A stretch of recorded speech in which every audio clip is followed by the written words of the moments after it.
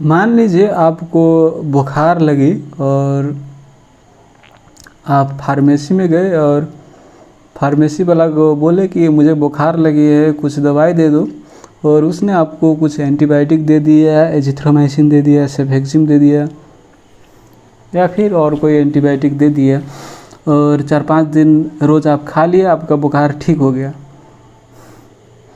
तो आप तो खुश हो गए, भाई हमारे एंटीबायोटिक काम कर गई।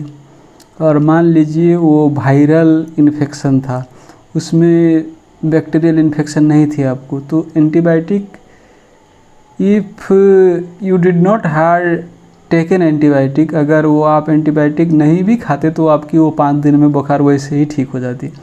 वो खाए नहीं खाए इसलिए आपको उतना कोई असर नहीं हुआ। तो आप कहेंगे तो इससे क्या हो गया, खा लिया तो भी ठीक है भाई।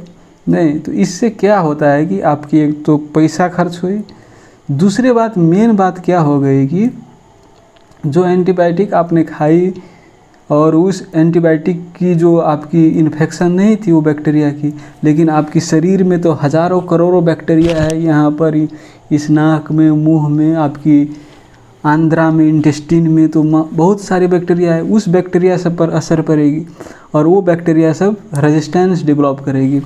रेजिस्टेंस कहने का अर्थ, अब किसी को मारने की कोशिश करोगे, ऐसे मारे वो तलवार से, तो क्या करेगा, वो ऐसे करेगा, राइट। वो बचने की कोशिश करेगा ना, लाइक कोई शील्ड ले आएगा, आप यहाँ से अपने आप को कवर कर लेगा आपकी तलवार को छेकने के लिए। वैसे ही बैक्टीरिया को जब एंटीबायोटिक से इस सब बैक्टीरिया मरता है तो वो सब क्या करता है, वैसे वैसे अपने डीएनए का म्यूटेशन कर लेता है और अपने को बचाने की कोशिश करता है।